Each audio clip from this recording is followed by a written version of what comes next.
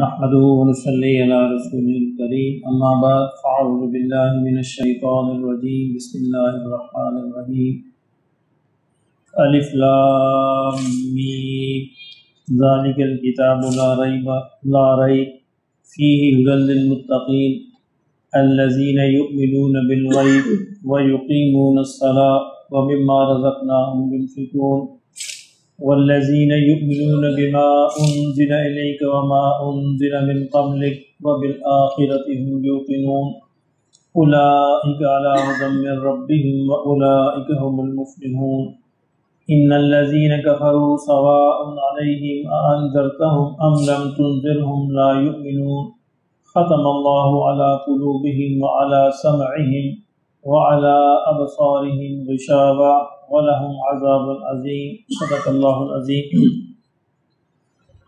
سورہ بقرہ جیسا کہ میں نے عرض کیا تھا،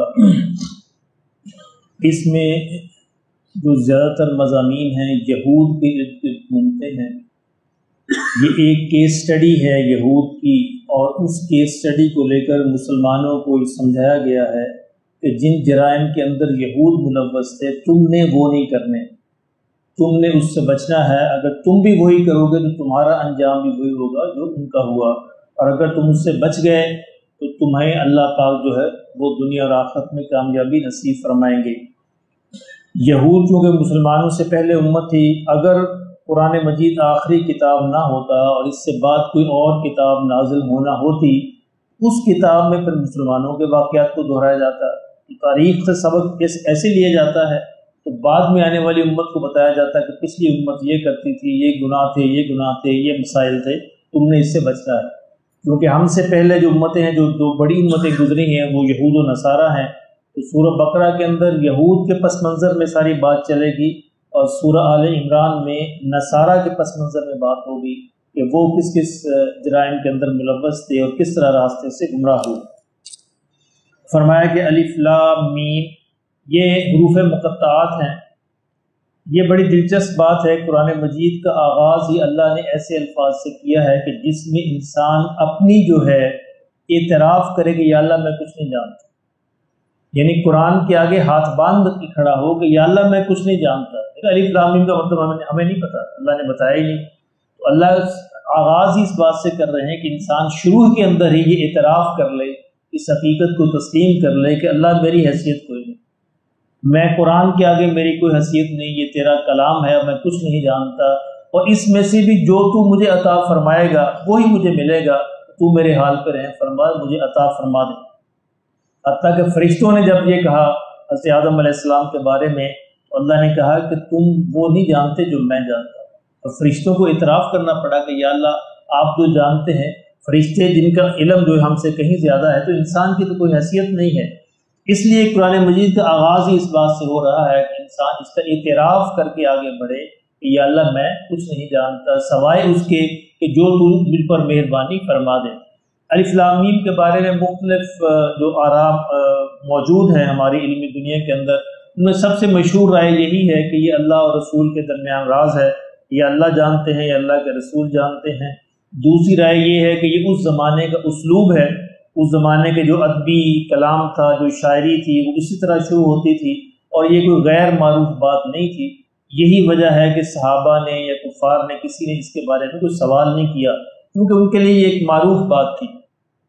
تیسری رائے یہ ہے کہ یہ صورتوں کے نام ہیں اصل میں، جس طرح سورہ نون ہے، اس میں مچھلی کا ذکر ہے، نون کا مطلب بھی مچھلی ہوتا ہے، تو یہ صورتوں کے نام ہیں۔ اور چوتھی رائے یہ ہے کہ یہ حضور صلی اللہ علیہ وسلم کے نام ہیں۔ بہرحال ان میں کسی بھی رائے کو مانا جا سکتا ہے۔ فرمایا کہ الف لام میم ذالک الکتاب لا ریب، یہ وہ کتاب ہے جو الکتاب ہے۔ آپ کو معلوم ہے کہ الف لام اگر کسی ساتھ لگ جائے تو وہ پھر خاص ہو جاتی ہے۔ یہ کتاب ہے لا ریب، جس کے اندر کوئی شک، کیا شک، جس کے کلام الہی ہونے میں کوئی شک نہیں۔ یہ ہے اصل بات۔ اصل میں ہم اس کو غلط پڑھ جاتے ہیں، یعنی غلط تو نہیں، مطلب اس کو ہم پڑھ جاتے ہیں لا ریب فیہ ھدی للمتقین۔ اگر ہم لا ریب پہ رک جائیں تو قرآن اپنا مطلب واضح کر دیتا ہے، ذالک الکتاب لا ریب، یہ کتاب ہے جس کے اندر کلام الہی ہونے میں شک نہیں۔ یعنی یہی اعتراض تھا نا کفار کو کہ یہ حضور صلی اللہ علیہ وسلم معاذ اللہ اپنی طرف سے بنا لاتے، تو اللہ نے کہا نہیں، یہ ایسی بات نہیں ہے، اس کے کلام الہی ہونے میں شک و شبہ سے بالاتر فیہ ھدی للمتقین۔ اب فیہ کو آگے ملائیں، فیہ ھدی للمتقین، اور اس میں ہدایت ملے گی صرف ان کو جو اس سے ہدایت لینا چاہتے ہیں۔ یعنی اللہ زبردستی کسی کو ہدایت نہیں دیتے، یہ اللہ کا قانون ہے۔ اللہ نے انسان کو اختیار دیا ہے، آزاد چھوڑا ہے، جو چاہے گا اسی کو ملے گا، طلب کے مطابق ہدایت ملتی ہے۔ تو اگر طلب نہیں ہے تو اس کی ہدایت نہیں ملے گی۔ تبلیغی جماعت کا کام جو ہے یہ طلب پیدا کرنے کا کام ہے۔ لوگ اس کے بارے میں یعنی اس کی حقیقت کو نہیں سمجھتے، اس لیے اعتراض کرتے رہتے ہیں۔ یہ کوئی علمی کام نہیں ہے، یہ ایسا نہیں کوئی بڑے مسئلے بتائیں گے، کوئی علمی کام، یہ طلب پیدا کرنے کا کام ہے۔ جب طلب پیدا ہو جائے گی تو انسان پھر خود ہی آگے بڑھے گا، کسی بھی شعبے میں، علم میں، تحقیق میں، تعلیم میں، کہیں بھی۔ فرمایا کہ اس کے اندر ہدایت ہے، یقیناً ہدایت ہے، لیکن کس کے لیے؟ ڈرنے والوں کے لیے، جن کے اندر طلب ہے، جو اللہ سے ڈرتے ہیں، جو یہ طلب حاصل کرنا چاہتے ہیں۔ الذین یؤمنون بالغیب، اور یہ متقین طلب والے لوگ کون ہوتے ہیں؟ جو غیب پر ایمان لاتے ہیں۔ اب اس آیت کے دو مطلب ہیں، ایک تو ہے غیب پر ایمان لانا، وہ کیا ہے؟ یعنی اللہ پر، فرشتوں پر، جنت پر، دوزخ پر، آخرت پر، جو چیزیں ہماری نظروں سے اوجھل ہیں، جو ہم نہیں دیکھتے۔ اور دوسرا مطلب یہ کہ وہ خود غیب کے اندر رہتے ہوئے بھی مانتے ہیں، یعنی پوشیدہ ہیں چیزیں، وہ اس بات پر اصرار نہیں کرتے کہ ہم اپنی آنکھوں سے دیکھیں گے تو مانیں گے، خود غیب کے اندر ہے لیکن پھر بھی نبی کے کہنے پر اس بات کو مانتے ہیں۔ نبی کی خبر پر یقین کرتے ہوئے ماننا یہ ایمان ہوتا ہے، اپنی عقل سے سمجھ کر ماننا ایمان نہیں ہوتا۔ نبی کی خبر پر یقین کرتے ہوئے ماننا یہ ہوتا ہے ایمان۔ فرمایا کہ وہ ایمان رکھتے ہیں چھپی ہوئی باتوں پر جو ان کی آنکھوں کو نظر نہیں آتی، لیکن پھر بھی وہ اللہ کے کہنے پر، رسول کے کہنے پر اس پر ایمان لاتے ہیں۔ وَيُقِيمُونَ الصَّلَاةَ، اور نماز کو قائم کرتے ہیں۔ نماز کا پڑھنا اور قائم کرنا دونوں میں فرق ہے۔ نماز پڑھنا ہے بس ایسے ہی پڑھ لی، اچھی پڑھی بری پڑھی، قائم کرنا ہوتا پورے اہتمام کے ساتھ، یعنی اس کے جماعت وقت کا خیال کر کے، جماعت کا خیال کر کے، آداب کا خیال کر کے، پوری توجہ کے ساتھ، پورے اہتمام کے ساتھ اس کو قائم کرنا کہیں گے۔ وَمِمَّا رَزَقْنَاهُمْ يُنْفِقُونَ، اور جو رزق ہم نے ان کو دیا ہے اس میں سے خرچ کرتے ہیں۔ یہ بڑی اس میں گہری بات ہے کہ رزق تم اپنے سے نہیں کما لاتے، ہم دیتے ہیں، ہمارے دیے ہوئے میں سے تم دیتے ہو، کوئی احسان نہیں کرتے، یہ ہم نے دیا ہے، جو ہم نے دیا ہے اس میں سے وہ اس کو خرچ کرتے ہیں۔ اگر اس پر غور کریں تو یہود کے یہی جرائم تھے، اسی کے پس منظر میں بات ہوئی۔ یہود کا پہلا جرم کیا تھا کہ باوجود موسیٰ علیہ السلام کے اتنے معجزے دیکھنے کے بعد بھی وہ بے وقوف قوم نے کہا کہ ہم اللہ کو اپنی آنکھوں سے دیکھیں، یعنی غیب پر ایمان نہیں لائے، اس بات پر اصرار کیا ہمیں لے کے جاؤ کوہ طور پر، آپ ہمیں دکھائیں اللہ کو، آگے بات آئے کہ پوری یہ اس پس منظر میں بات ہوئی ہے کہ مسلمان یہ کام نہیں کریں گے، مسلمان غیب کو مانیں گے۔ یہود کو اللہ نے نماز عطا فرمائی، وہ نماز کو ضائع کر دیا، مسلمان یہ نہیں کریں گے، وہ نماز کو قائم کریں گے۔ یہود کو اللہ نے کہا کہ اللہ کے راستے میں خرچ کرو، انہوں نے بہت سے کام لیا، اللہ کے راستے میں خرچ نہیں کیا۔ تو یہ بالکل ان کے اپوزٹ جو ہے، یہ ساری باتیں بتائی گئی ہیں کہ وہ یہ کام کرتے تھے، تم نے یہ کام نہیں کرنے، وہ نہیں کرتے تھے، تم نے کرنے ہیں۔ والذین یؤمنون بما انزل الیک وما انزل من قبلک وبالآخرۃ هم یوقنون، اور یہ جو ہدایت والے لوگ ہیں ان کی علامت ایک یہ بھی ہے کہ وہ اس پر بھی ایمان لاتے ہیں جو آپ پر نازل کیا گیا ہے، نبی صلی اللہ علیہ وسلم پر، یعنی یہ قرآن، اور اس پر بھی ایمان لاتے ہیں جو آپ سے پہلے نازل کیا گیا، یعنی تورات ہے، انجیل ہے، زبور ہے، اس پر بھی یہ ایمان کیا ایمان لانا ہے؟ یہ ایمان لانا ہے کہ وہ اللہ کی طرف سے تھی۔ ان کے کانٹینٹس پر ایمان لانا آج کل ضروری نہیں ہے کیونکہ اس کے اندر تحریف ہے، اتنا ایمان رکھنا ضروری ہے کہ یہ کتابیں بھی اللہ کی نازل کردہ ہیں اور اللہ نے اپنے پیغمبروں کی طرف بھیجی تھی، اس پر وہ ایمان لاتے ہیں۔ وَبِالْآخِرَةِ هُمْ يُوقِنُونَ، اور آخرت پر بھی پورا پورا یقین کرتے ہیں۔ ایمان کا اگلا درجہ یقین ہوتا ہے، یعنی بالکل ایسے ہی مانتے ہیں جیسے اپنی آنکھوں سے دیکھا ہوتا ہے، اسی طرح آخرت پر ایمان رکھتے ہیں۔ اولئک علی ھدی من ربہم، اگر یہ صفات ان کے اندر آ جائیں تو پھر یہ وہ لوگ ہیں جن کو اللہ کا رب ہدایت عطا فرمائے گا، جو اپنے رب کی طرف سے ہدایت پر ہیں۔ وَأُولَٰئِكَ هُمُ الْمُفْلِحُونَ، اور یہی وہ لوگ ہیں جو کامیاب ہو جائیں گے، فلاح پائیں گے۔ فلاح کا مطلب ہوتا ہے ایسی کامیابی جو انسان کو نہال کر دے، خوش کر دے، راضی کر دے، یعنی ہر طرح کی کامیابی، دنیا کی بھی اور آخرت کی بھی۔ ان الذین کفروا سواء علیہم، اور جو لوگ جنہوں نے یہ فیصلہ کر لیا کہ ہم نے تو ماننا ہی نہیں، یعنی جنہوں نے یہ انکار کرنے کا فیصلہ کر لیا، ڈھیٹ بنے ہوئے ہیں، یہ انہوں نے اپنے دل میں طے کر لیا کہ جو مرضی ہو جائے ہم نے نہیں ماننا، فرمایا پھر ان کے لیے برابر ہے کہ آپ ان کو ڈرائیں یا نہ ڈرائیں، وہ ایمان لانے والے نہیں۔ یعنی بعض لوگ یہ ہوتے ہیں قسم کھا لیتے ہیں کہ جی ہمارے سامنے جو مرضی ہو ہم نے تو نہیں ماننا، بس نہیں ماننا۔ تو یہ وہ رویہ ہے، وہ رویہ جس پر اللہ ان کے دلوں پر مہر لگا دیتا ہے۔ فرمایا کہ یہ اے نبی صلی اللہ علیہ وسلم آپ ان کو ڈرائیں نہ ڈرائیں، انہوں نے قسم کھائی ہوئی کہ نہیں مانیں گے، تو آپ پریشان نہ ہو، آپ اپنا کام کرتے رہیں، یہ ایمان لانے والے نہیں، ہم ان کے دلوں کے حال کو جانتے ہیں۔ ختم اللہ علی قلوبہم، اللہ نے ان کے دلوں پر مہر لگا دی ہے، وعلی سمعہم، اور ان کے کانوں پر بھی، وعلی ابصارہم غشاوہ، اور ان کی آنکھوں پر پردہ ڈال دیا ہے، وَلَهُمْ عَذَابٌ عَظِيمٌ، اور ان کے لیے بڑا ہی ایک عذاب جو ہے وہ آخرت میں منتظر ہے۔ اب یہ اللہ نے ڈال دیا، اس سے کیا مطلب ہے کہ اللہ نے زبردستی ڈال دیا؟ نہیں، ایسا نہیں ہوتا، اللہ کا یہ قانون نہیں ہے۔ پورے قرآن میں یہ قانون بیان کیا ہے کہ جب بندہ اپنے آپ کو اس کا مستحق ثابت کر دیتا ہے تو پھر اللہ مہر لگاتا ہے، یعنی پہلے پہلے اللہ مہلت دیتا ہے، دیتا رہتا ہے، ایسے ایک دفعہ نہیں، ہزاروں دفعہ مہلت دیتا ہے، لمبی مہلت دیتا ہے، یعنی 23 برس مہلت دی ہے کفار کو کہ اب مانیں، اب مان لیں، اب مان لیں، اب مان لیں۔ بے شمار معجزات ہیں، بے شمار دلائل ہیں، بے شمار چیزیں سامنے ہیں، لیکن نہیں مانے۔ اور جب اللہ دیکھ لیتا ہے کہ یہ اب ڈھیٹ بن گئے ہیں، بات سمجھ آ گئی ہے اور اب کوئی وجہ باقی نہیں رہی، محض اپنی تعصب کی وجہ سے، اپنی ڈھٹائی کی وجہ سے نہیں مان رہے، تو پھر اللہ کہتے ہیں بس ٹھیک ہے، اب ان کے اندر ہم وہ صلاحیت ہی ختم کر دیں، اب یہ بدی کی طرف ہی بڑھیں گے، نیکی کا رجحان ہی ختم ہو جائے گا۔ اب دیکھیں انسانوں کے اندر بھی، آپ اپنے ماحول کے بھی اندر دیکھتے ہیں، مختلف طرح کے لوگ ملتے ہیں۔ ایک بندہ وہ ہے جس کو کبھی نیکی کی بات سمجھ نہیں آتی، یعنی جب وہ برائی کرتا رہتا ہے تو ایک موقع ایسا آتا ہے جب اس کی طبیعت نیکی کی طرف مائل ہی نہیں ہوتی، اور کچھ طبیعتیں ایسی ہوتی ہیں جو بدی کی طرف مائل نہیں ہوتی، ان کو اللہ نے ایسی نعمت عطا فرما رکھی ہوتی ہے کہ بدی ان کے سامنے آ جائے تو ان کو انتہائی برا لگتا ہے، وہ اس کے لیے اپنی آنکھیں بھی بند کر لیتے ہیں، کان بھی بند کر لیتے ہیں، دل بھی بند کر لیتے ہیں تاکہ ان کی حفاظت کرے۔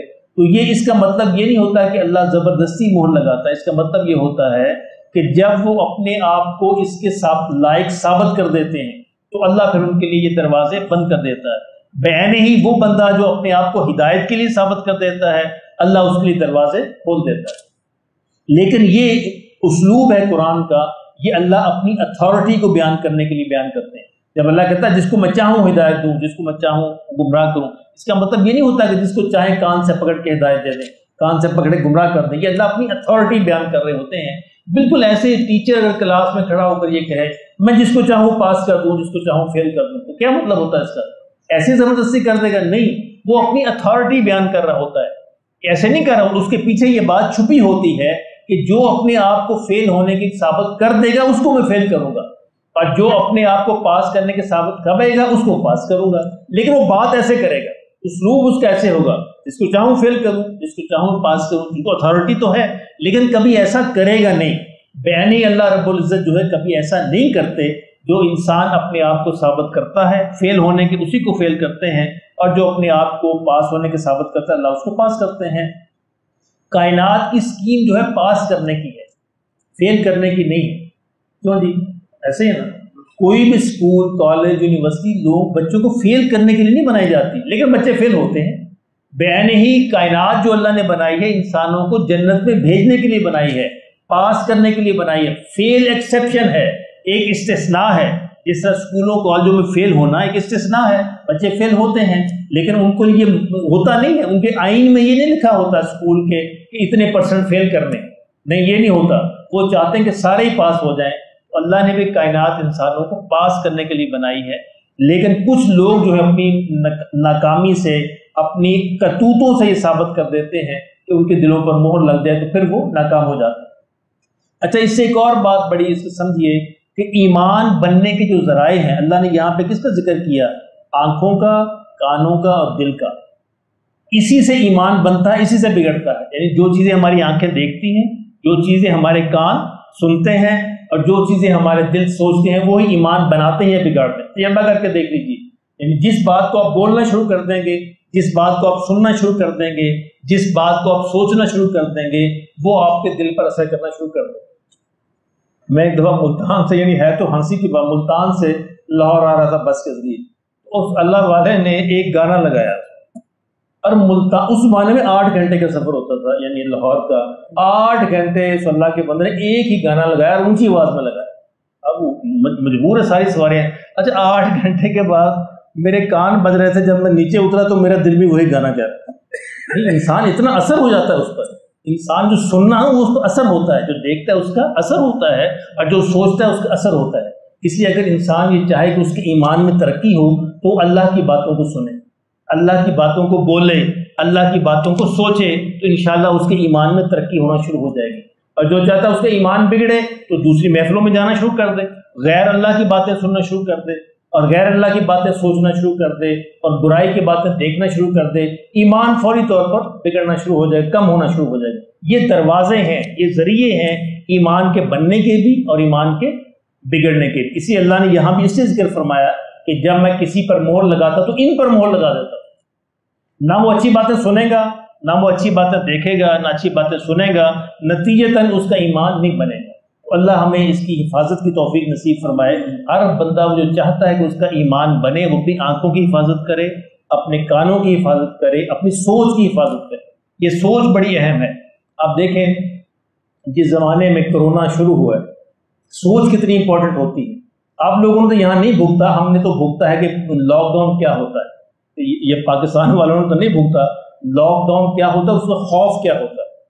اچھا وہ خوف دماغ پہ ایسا طاری ہوتا کہ رات کو نیند نہیں آتی کہ پتہ نہیں، اور دل دھڑکنا شروع ہو جاتا اور ٹیمپریچر محسوس ہونا شروع ہو جاتا، اور میں کئی دفعہ اٹھ کے ٹیمپریچر دیکھتا کہ ٹیمپریچر تو نہیں ہو گیا، اور کہیں مجھے بخار تو نہیں ہو گیا، کہیں مجھے کھانسی تو نہیں آ رہی، نبض دیکھتا کہیں میرے پھیپھڑوں میں صحیح جا رہا ہے۔ تو یہ خوف تھا، یعنی پہلے 1.5-2 برس جو ہیں سن کے اور خبریں دیکھ کر ایسا خوف طاری ہوتا ہے کہ انسان جو اپنے آپ کو وہی فیل کرنا شروع کر دیتا ہے۔ تو یہ وہ نفسیات ہے جو انسان کو معاون بنتی ہے نیکی کی طرف بھی اور برائی کی طرف بھی۔ تو اللہ ہمیں اسے نیکی کے لیے کام لینے کی توفیق نصیب فرمائے۔ جزاکم اللہ خیر۔